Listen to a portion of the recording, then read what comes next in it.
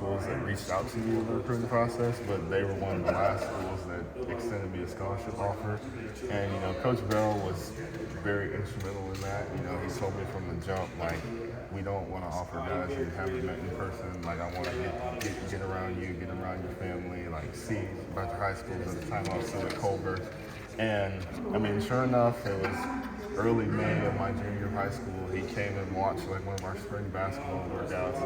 And before he even introduced himself to me, the first thing he said was, you now have a scholarship from the University of Iowa. And, just that transparency and that honesty is something I value a lot because, my dad is that way. I've grown up around, full transparency, no sugarcoat my whole life. So seeing that from him, and it really meant a lot to me and my family. And then, Coach Ferentz speaks for himself.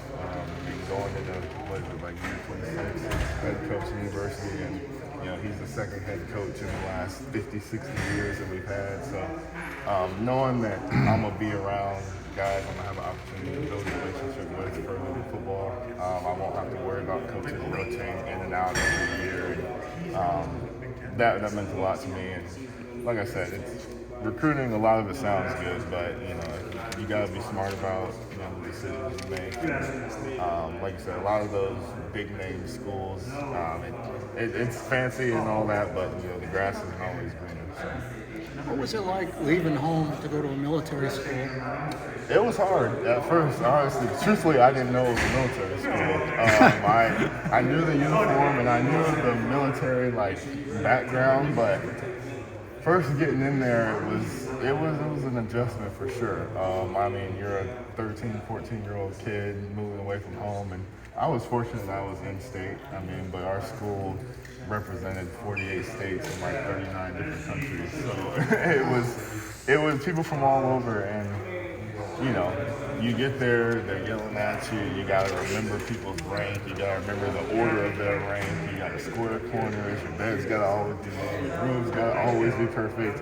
It's a lot, but similar to being a freshman on a college football team. If you take all the experiences and you learn from them and use them the right way, then it'll benefit you down the road. And I tell people all the time, people ask me why I went to Culver, why I did this and that. I'm like, you really don't understand it until you have to go through it, and those are 4 years that I'll be, eternally grateful for. And I'm still sick to my stomach today that I didn't get to finish out that basketball run or get to finish out those 3 months on campus, because those are still some of my best friends, and a lot of those kids there are going to do great stuff.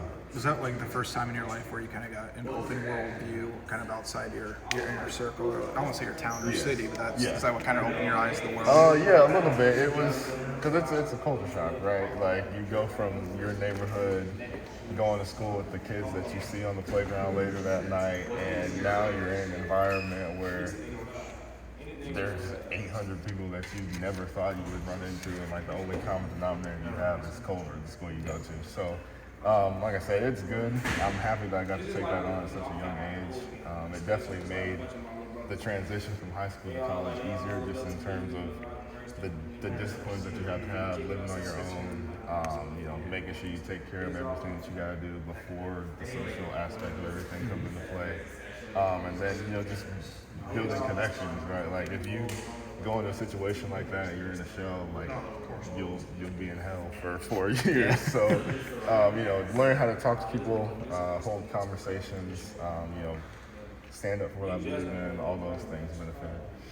There's so many guys in this team, yourself included, they're in the last year, right?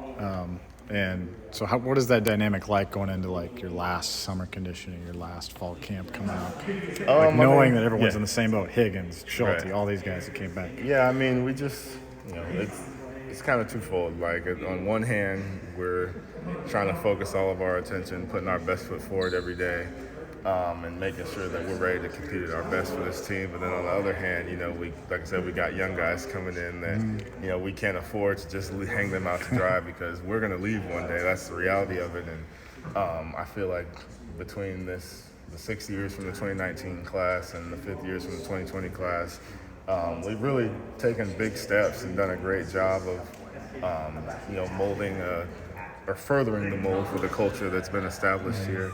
And I think we've left our footprint. So Really just going out there, doing the best we can every day, whether that's in the film room, out in the field, just leading these guys and also paying attention to ourselves and doing what we got to do to make sure we're ready come season. What was the thing? You went out to Los Angeles recently.